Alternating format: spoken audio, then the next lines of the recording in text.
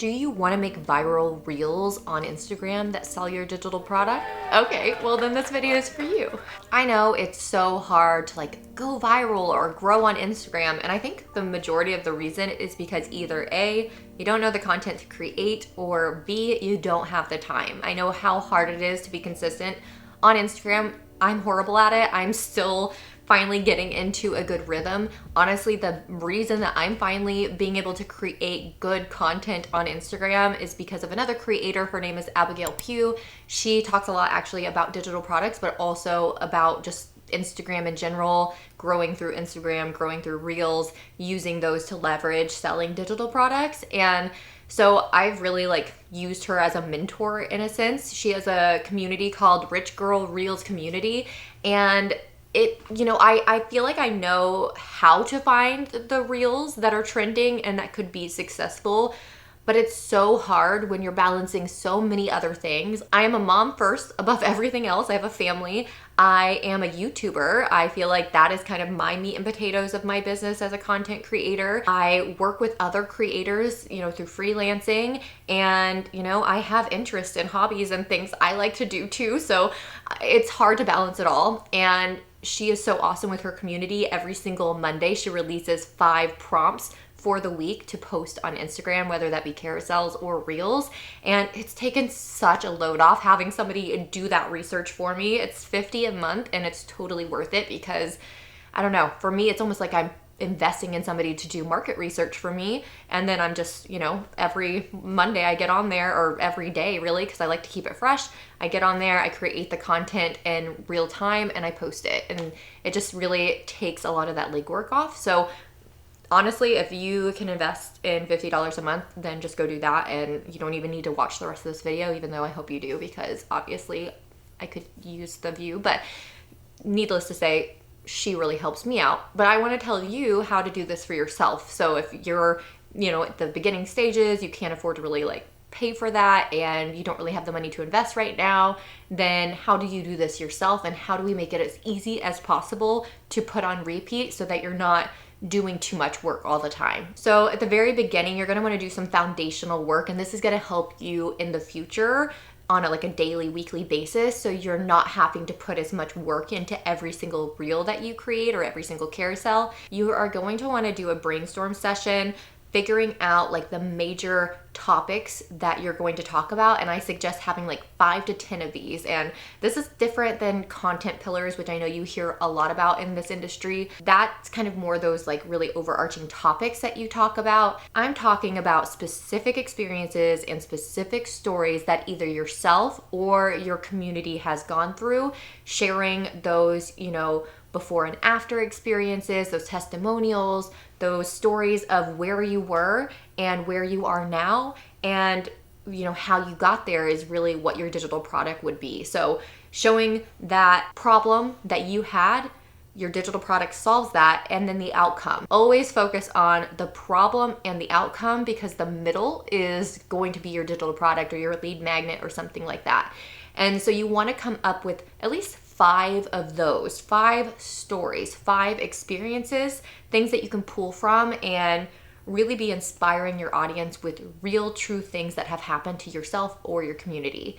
And then the other 5 are going to be a little bit more basic topics, more like content pillars, things that you can talk about and go in detail about that still tie in to your digital product in a way that's still providing a lot of value, but it's not giving away the content in your digital product. So for me, for example, I could talk about work-life balance, I could talk about productivity, I can talk about social media strategy. There's so much I can talk about that surrounds the topic of building a brand and creating a freebie and selling a digital product, which is what my workshop is about. My workshop is a detailed guide with tutorials and, walkthroughs and templates and resources on really developing a strong brand, creating your lead magnet, setting up your email marketing, and creating and selling your digital product, and showing you how to do that in StanStore. So it's a very detailed workshop, and the content, my topics, my content pillars are things and topics that surround that. So no matter what I post about, it should connect to my digital products. So 5 stories and experiences that have happened to you or your community, and 5 topics that you can talk about. And I think it's better to keep these a little broad, like productivity or work-life balance. So then you can stem from that later, which we'll talk about. And you can start like series from that and all kinds of things. And from there, you want to build up a little bit of a visual library, take some B-roll, common things that have to do with your niche. Like for me, I could film me typing or me scrolling on my phone, or me, sitting at the table writing something in a notepad, just very like work from home vibes. And you're gonna wanna build out that library of some vertical B-roll and get as much as you can. Don't tire yourself out or burn yourself out doing this. Just take a day, have a few outfit changes, and just get a few visuals. Take some photos of different things, like a photo of your laptop or your computer or your keyboard or your mouse or your notepad. That would be perfect for my niche, but obviously whatever works for you and your niche, take photos of that, because we could use those as cover images. You can use those for those like photo carousels with text on them. Something else you might want to add to this library are testimonials. If you've been given testimonials in DMs or emails, take your screenshots of those. And then you're gonna take all of these visuals and put them in an album in your phone, and you can label it visual library. And this is gonna come in handy later when you're creating content, but don't have the time, or you're not in the environment where you can film something or take a photo or whatever. It's gonna be so nice to have these as backup. So now that you've done this groundwork and you have all of this ready to go when you need it, now let's talk about how to find trends and inspiration in creating content. I personally don't like to batch ahead. I like to create in the moment, like the day of or the day before, even if I'm maybe like a week in advance. I use Abigail P, like I said, she releases a week of prompts. If anything, I might create that whole week, and then that way I'm good, I can relax, I can focus on my YouTube stuff for that week. But I also sometimes just post the day of because I don't have time to do it all at once. So say you're just sitting there, you need to post something today. I don't truly think it matters what time you post. I know everybody is like, what's the best time to post on Instagram? I think when you can is the best time to post on Instagram. So you're sitting here and you're about ready to go through your phone. How do I come up with my idea? So the first thing is, you can find a trend by going to the bottom right Reels icon on your phone, and you'll start scrolling through the Reels. So listen for an audio you like first and foremost, but also look for the little up arrow in the bottom left. And when you find one that you like and has an up arrow, click on it. If it has 10,000 Reels or less on that top section where it has the up arrow, go for it. Use that trending audio. If it's way past that, then I would suggest moving on and doing another one. If you really like the audio and you feel like this fits your brand so great and you want to use it, just go for it. It can't hurt. But if you're really looking to try to get that reach and have this video perform really well, I'd keep looking until you found one that had under 10,000. As far as what to put on that reel, if you're just feeling stuck, you go back to that list of stories and experiences and different topics or pillars that you had written out earlier. And then also you can take inspiration from this reel. If it's a POV reel, use that like structure, but then of course put it in your own words and your own topic. And the cool thing about doing the reel scrolls is a lot of times, for me at least, I see a lot of like mom content because that's what I primarily watch. So if I am creating based on a reel that I find through that method, it's never content creators that do the same thing I do. So it's very easy just to use it as inspiration. It's not copying, it's using a trending audio and, doing something similar to what they did, except for my brand. Which really brings me to my next tip in finding these trending reels, and that is having kind of a group, a list of creators that you love, that you admire, that are doing really well on social media, that are not in your niche.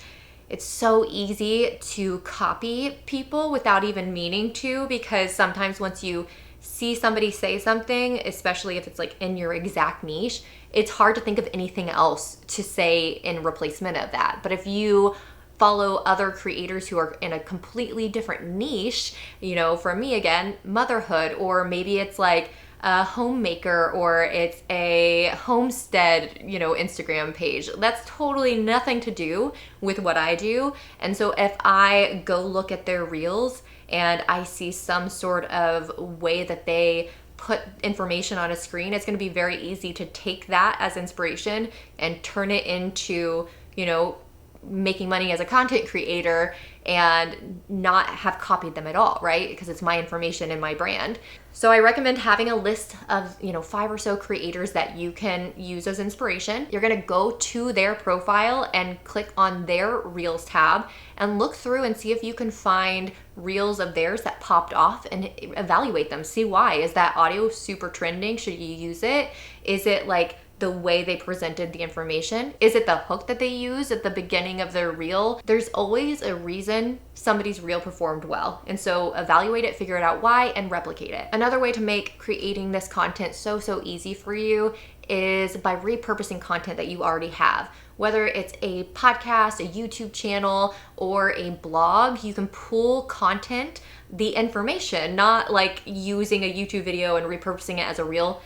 It doesn't work very well. But if you want to pull the information from that content and turn it into a reel, like a fresh new reel, that can be super helpful for me. And I'm so excited to introduce the sponsor of today's video, Durable, because they are going to be saving my life going into 2025 because I love their platform. First of all, it's a website platform.